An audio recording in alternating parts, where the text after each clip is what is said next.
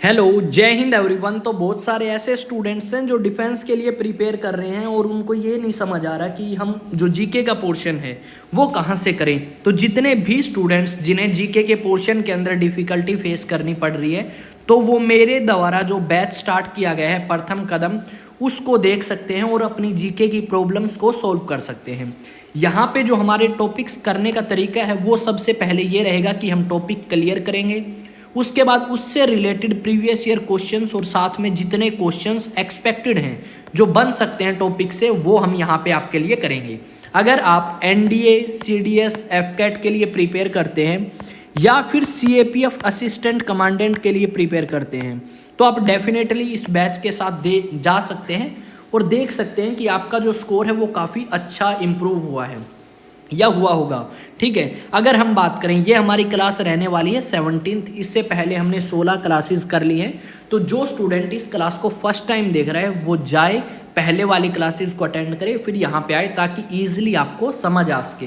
दूसरी बात, ये प्लेलिस्ट बनाई जा चुकी है इनकी, तो प्लेलिस्ट को जाके आप देख सकते हैं सीक्वेंस वाइज अगर आपको कोई प्रॉब्लम है तो। साथ में टेलीग्राम से पीडीएफ ले सकते हैं, व्हाट्सएप पे आप मुझे फॉलो कर सकते हैं या फिर इंस्टा पे अपने डाउट मुझसे पूछ सकते हैं। एक बात जो सबसे ज़्यादा ज़रूरी है कि इस क्लास के साथ साथ में मैंने प्रैक्टिस सेट जो हैं वो भी स्टार्ट कर दिए हैं। सबसे पहले हमारी पॉलिटी चल रही है, तो पॉलिटिकल से रिलेटेड जितने भी क्वेश्चंस होंगे हमारे नियर अबाउट 1500 के समथिंग, वो क्वेश्चंस हम करेंगे जो आपके अलग अलग एग्जाम्स में पूछे गए हैं, यूपीएससी के या किसी अदर एग्जाम में, जैसे एनडीए, सीडीएस, एफकेट या सीएपीएफ के जो प्रीवियस ईयर क्वेश्चंस हैं वो भी करेंगे। तो उस क्लासेस को भी आप जरूर जाके अटेंड करें, वहाँ से काफ़ी बेनिफिट आपको होने वाला है। तो आज हम 17th क्लास करने वाले हैं और टॉपिक हमारा salient features of the constitution है। तो अब तक हमने कुछ टॉपिक्स कर लिए हैं इस चैप्टर से related, salient features of the constitution से, तो वो जाके पहले क्लास देखें और फिर इसको अटेंड करें, अदरवाइज समझ नहीं आएगा। और एक बार थोड़ा सा रिकैप कर लेते हैं पहले हमने क्या किया है। तो जैसा कि आप सभी को पता है कि फीचर्स के बारे में हमने बात करी थी, रिजिड कॉन्स्टिट्यूशन भी है, फ्लेक्सिबल भी है, इमरजेंसी प्रोविजंस हैं, 3 टायर गवर्नमेंट है, यूनिवर्सल एडल्ट फ्रेंचाइजी है, फंडामेंटल ड्यूटीज़, फंडामेंटल राइट्स और भी बहुत सारी चीज़ें भाई हमें इंडियन कॉन्स्टिट्यूशन में देखने को मिलेंगी, जो कि इंडियन कॉन्स्टिट्यूशन को और कॉन्स्टिट्यूशन से अलग बनाता है। अब अगर बात करें सबसे पहले कि आज हमारा जो टॉपिक रहने वाला है वो है, यहाँ से डायरेक्ट क्वेश्चंस आते हैं भाई। सबसे पहली बात तो ये, यहाँ पे कुछ जैसे कितने पार्ट्स हैं, कौन सा पार्ट किस चीज़ से रिलेटेड है, कितने शेड्यूल हैं और आर्टिकल, तो वो सारी चीज़ें तो एक बार हम यहाँ पे करें स्टार्ट भाई। चलो मैं इसको दिखा देता हूँ, टेलीग्राम और ये सारी आपको दिख रहे होंगे। थोड़ा सा यार और करने दे इसको, 3.5, हाँ अब सही आएगा। अगर हम बात करें इंडियन कॉन्स्टिट्यूशन की, तो इंडियन कॉन्स्टिट्यूशन के अंदर आर्टिकल्स आपके कितने हैं? आर्टिकल्स पहले तो थे 395 और 8 शेड्यूल थे। ठीक है, सारी चीज़ें आएंगी भाई समझ, ठीक है, वेट करो एक बार थोड़ा सा। और 22 पार्ट्स थे। ठीक है, अगर आपने पहले वाली क्लास नहीं देखी तो पहले वो देख लें। एट प्रेजेंट की अगर हम बात करें तो प्रेजेंट में मोर देन आपके 470 आर्टिकल्स हैं, 12 शेड्यूल हैं और 25 पार्ट्स हो चुके हैं। तो आज हम यहीं इसी टॉपिक से रिलेटेड बातें करने वाले हैं कि कौन सा पार्ट किस चीज़ से रिलेटेड है और कितने आर्टिकल्स तक आपका पार्ट है। सॉरी, ये जो गला खराब हो चुका है भाई। सॉरी एक सेकेंड। अभी जो 470 आर्टिकल्स हैं इनको 25 पार्ट्स में डिवाइड कर दिया। जैसे फर्स्ट पार्ट आपका आर्टिकल 1 से लेकर 4 तक है, इसी तरीके से अलग अलग स्लॉट्स में इन आर्टिकल्स को रख दिया है। तो अब हम बात करने वाले हैं सबसे पहले पार्ट्स के बारे में, यानी जो हमारे पार्ट्स है वो कौन सा किस चीज़ से रिलेटेड है। जो आर्टिकल्स हैं वो हम टॉपिक वाइज डिस्कस करते रहेंगे, जैसे जैसे टॉपिक्स आएंगे वैसे वैसे आर्टिकल्स को करते रहेंगे। तो अभी सिर्फ हम यही करेंगे। तो एक बार स्टार्ट करते हैं क्लास को। तो जो पार्ट फर्स्ट है इंडियन कॉन्स्टिट्यूशन का, वो किस चीज़ से रिलेटेड है और आर्टिकल नंबर कौन से लेके कौन से तक है। जो पार्ट फर्स्ट है इंडियन कॉन्स्टिट्यूशन का, वो डिस्कस करता है यूनियन एंड इट्स टेरिटरी, जो कि आर्टिकल नंबर 1 से लेके 4 तक है।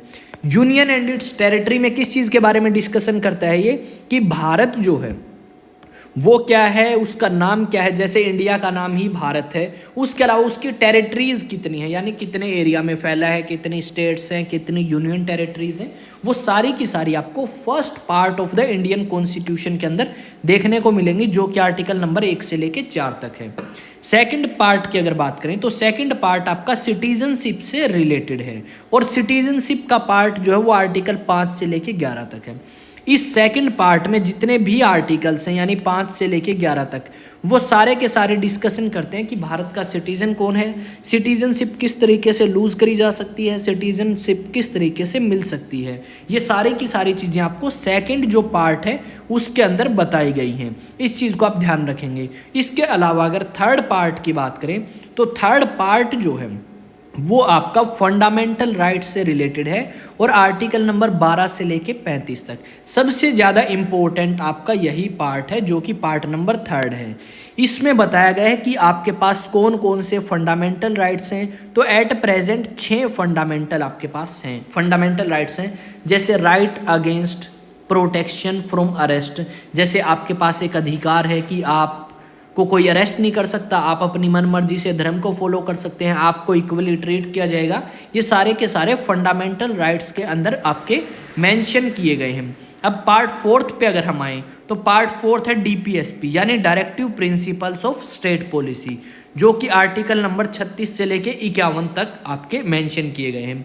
अब डीपीएसपी की फुल फॉर्म मैं आपको यहाँ पे बता देता हूँ, डायरेक्टिव, फिर बताऊँगा क्या होता है, ठीक है। इनसे रिलेटेड पर्टिकुलर टॉपिक आएंगे, वहाँ पे आपको और ज़्यादा क्लियर हो जाएंगी चीज़ें, और यहाँ से डायरेक्ट क्वेश्चन आता है। इस करके मैं बता रहा हूँ कि कौन सा पार्ट किस चीज़ से रिलेटेड है और किस आर्टिकल से लेके किस आर्टिकल तक है। डायरेक्टिव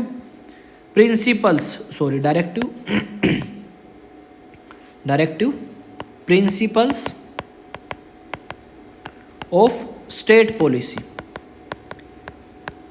यानी कुछ डायरेक्शंस दी गई हैं किसको, स्टेट को, कि आपकी पॉलिसीज किस तरीके की होनी चाहिए ताकि आपके एरिया में एक अच्छे तरीके से गवर्नमेंट को चलाया जा सके। उसके बाद अगर हम आए 4th ए पार्ट पे, ये जो 4th ए पार्ट है ये बाद में ऐड किया गया है, जिसके अंदर मेंशन है फंडामेंटल ड्यूटीज़ के बारे में, और आर्टिकल 51 ए जो है उसमें फंडामेंटल ड्यूटीज़ के बारे में बताया गया है। जैसे आपकी कौन कौन सी फंडामेंटल ड्यूटीज़ हैं, टोटल 11 फंडामेंटल ड्यूटीज़ हैं, पर पहले 10 थी। अगर प्रीवियस क्लास देखी होगी तो आपको थोड़ा सा आइडिया होगा कि कब ऐड करी गई, किसके कहने पे ऐड करी गई। जैसे एक फंडामेंटल ड्यूटी है कि रिस्पेक्ट करो नेशनल एंथम, नेशनल सॉन्ग, जो गवर्नमेंट की प्रॉपर्टी है उसको ना तोड़ो, ठीक है। ये सारी की सारी चीज़ें इसके अंदर बताई गई हैं। उसके बाद अगर हम बात करें पार्ट 9 इंपॉर्टेंट आ जाता है, बीच में जो पार्ट 5 है वो यूनियन गवर्नमेंट से रिलेटेड है, पार्ट 6 स्टेट गवर्नमेंट से रिलेटेड है। वो क्वेश्चन कम पूछे जाते हैं, तो आप अब आते हैं 9th पार्ट पे। 9th पार्ट में बताया गया है पंचायत के बारे में, और ये जो पार्ट है आर्टिकल 243 से लेके आर्टिकल 243 ओ तक आपका मेंशन है। अब पंचायत में सरपंच कैसे बनेगा, कितने साल के लिए बनेगा, इलेक्शंस कैसे होंगे, ये सारी की सारी बातें जो हैं वो इस 9th पार्ट में लिखी गई हैं, या इस 9th पार्ट में जो आर्टिकल है उनमें बताई गई है।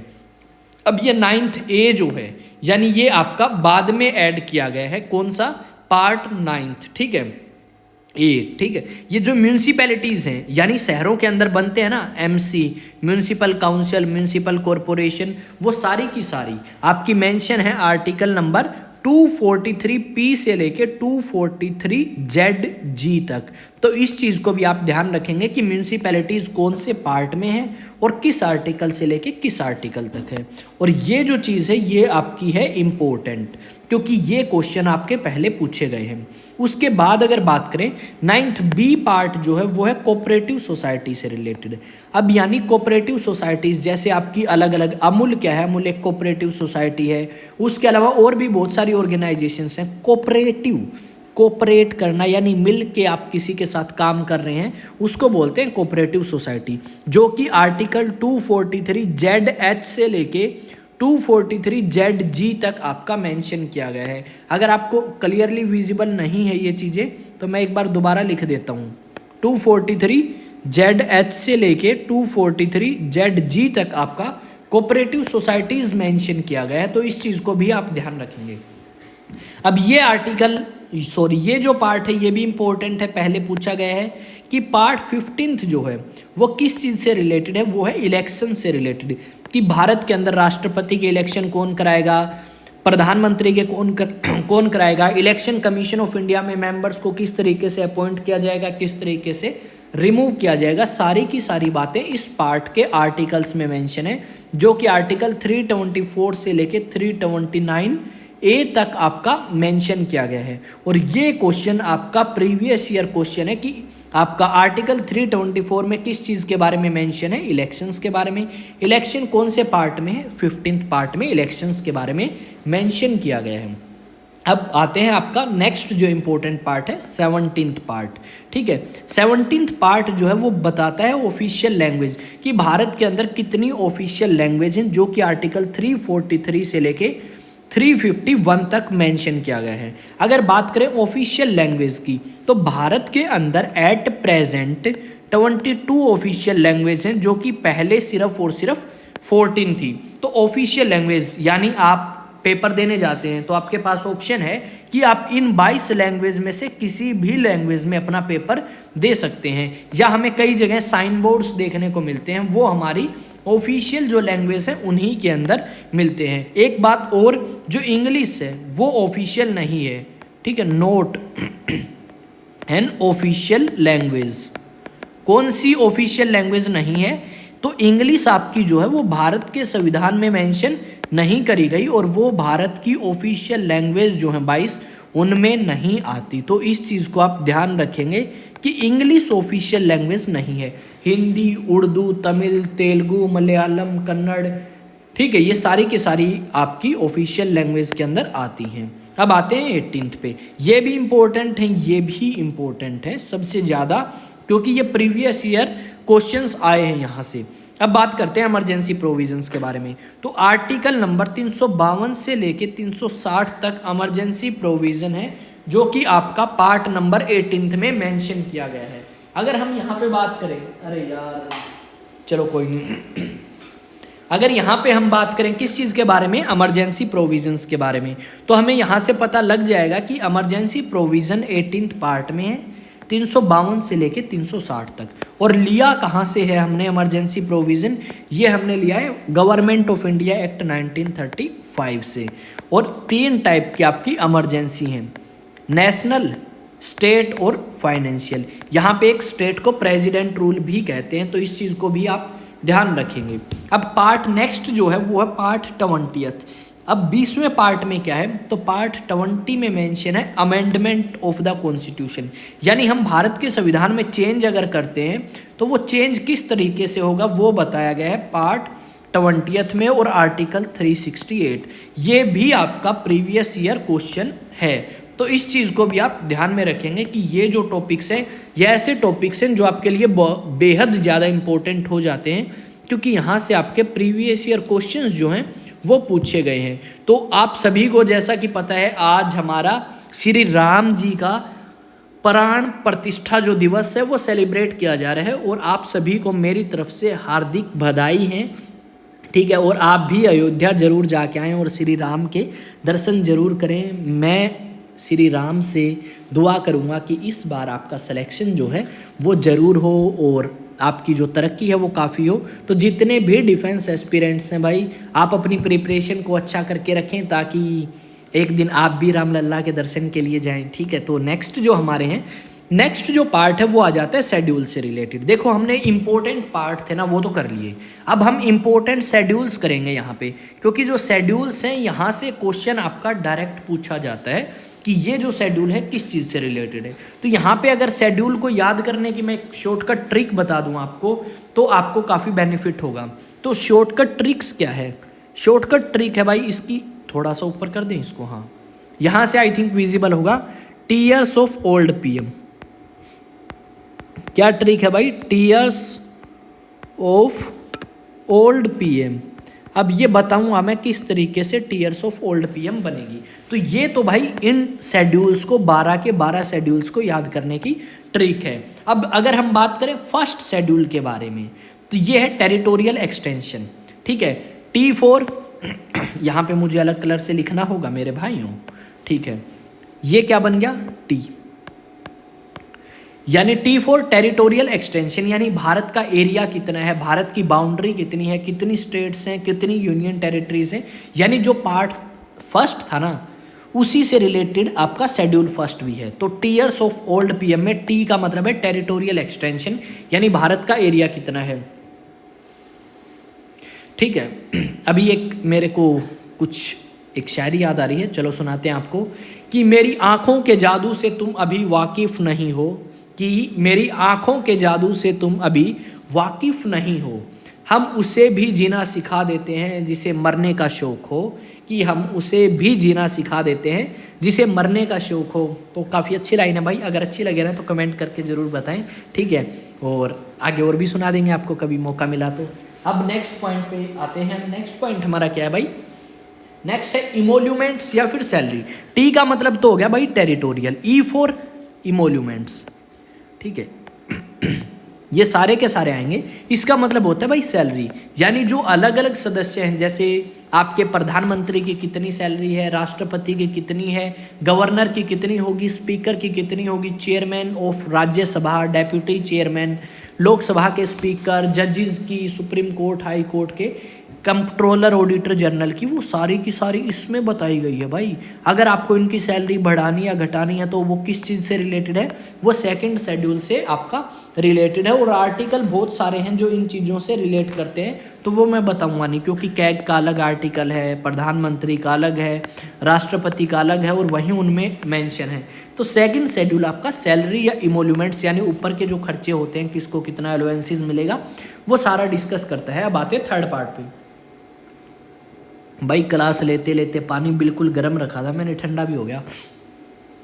सेकंड शेड्यूल की अगर बात करें तो सेकंड शेड्यूल हो गया। अब थर्ड शेड्यूल पे आते हैं, अफर्मेशन और ओथ, यानी किस व्यक्ति को कौन ओथ दिलाएगा, शपथ कौन दिलाएगा, ठीक है। TEA फॉर अफर्मेशन, किसको कौन ओथ दिलाएगा, जैसे राष्ट्रपति को कौन दिलाएगा, जजेस ऑफ सुप्रीम कोर्ट को कौन, हाई कोर्ट को कौन, प्रधानमंत्री को कौन, वो आपका थर्ड शेड्यूल में मेंशन है। फोर्थ शेड्यूल पे अगर आए तो फोर्थ शेड्यूल आपका डिस्कस करता है राज्यसभा से, यानी राज्यसभा में क्या होता है, सीट्स होती हैं, और हर एक राज्य की अलग सीट है, किसी की 5 है, किसी की 7 है, किसी की 10, किसी की 15। तो वो जो है वो आपका फोर्थ शेड्यूल में है, ठीक है। TEA, फिर आना था R और फिर आएगा S, ठीक है। इसका S यहाँ पे लिख देते हैं भाई, ठीक है। अब फिफ्थ जो शेड्यूल है वो डिस्कशन करता है एडमिनिस्ट्रेशन ऑफ शेड्यूल एरिया और शेड्यूल ट्राइब, यानी किस तरीके से एडमिनिस्ट्रेशन किया जाएगा शेड्यूल एरिया में और शेड्यूल ट्राइब्स में। यहाँ पे डायरेक्ट सेंट्रल गवर्नमेंट इंटरफेरेंस कर सकती है शेड्यूल एरियाज और शेड्यूल ट्राइब्स के अंदर। नेक्स्ट अगर बात करें सिक्स शेड्यूल में, भाई इंपॉर्टेंट शेड्यूल है, इसको आप अंडरलाइन कर लें, ठीक है। काफ़ी बार पूछा गया है, और ये भी पूछे तो सारे गए हैं, पर ये सबसे ज़्यादा इंपॉर्टेंट है। इसमें क्या कहा गया है, एडमिनिस्ट्रेशन ऑफ ट्राइबल एरियाज, इसमें है शेड्यूल एरिया और शेड्यूल ट्राइब। इसमें ट्राइबल एरियाज के एडमिनिस्ट्रेशन की बात करी गई है। इसमें देखो पूरे भारत के राज्यों की बात नहीं करी गई, 4 राज्य इस फिफ्थ शेड्यूल में छोड़ दिए थे, एक तो असम, दूसरा मेघालय, तीसरा त्रिपुरा और फोर्थ मिजोरम। तो इन 4 स्टेट्स के ट्राइबल एरियाज के एडमिनिस्ट्रेशन की बात करी गई है, असम के, मेघालय के, त्रिपुरा के और मिजोरम के, कि किस तरीके से एडमिनिस्ट्रेशन किया जाएगा, कौन एडमिनिस्ट्रेशन करेगा, क्या क्या रूल्स हैं, वो सारे बताए गए हैं सिक्स्थ शेड्यूल के अंदर। तो असम, मेघालय, त्रिपुरा, मिजोरम याद रखें मेरे भाइयों।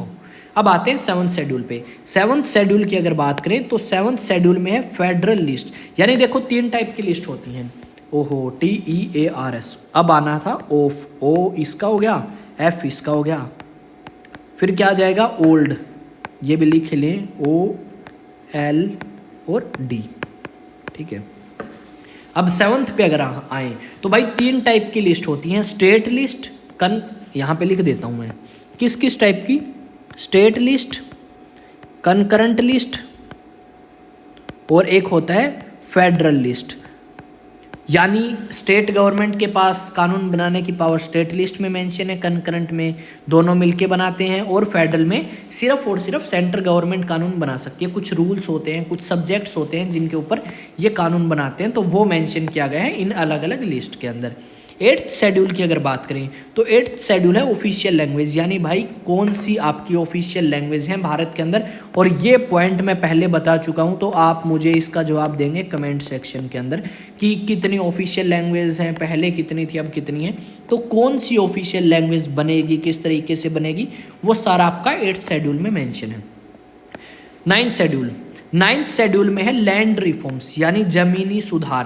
पहले क्या था, जमींदारी सिस्टम थी, महलवाड़ी, रैयतवाड़ी, उन जमींदारी सिस्टम को ख़त्म किया गया था इस नाइन्थ शेड्यूल के अकॉर्डिंग, और ये नाइन्थ शेड्यूल बाद में ऐड किया गया था, और ये ऐड किया गया था फर्स्ट कॉन्स्टिट्यूशनल अमेंडमेंट एक्ट के तहत 1951 में। तो इस चीज़ को भी आप ध्यान रखेंगे।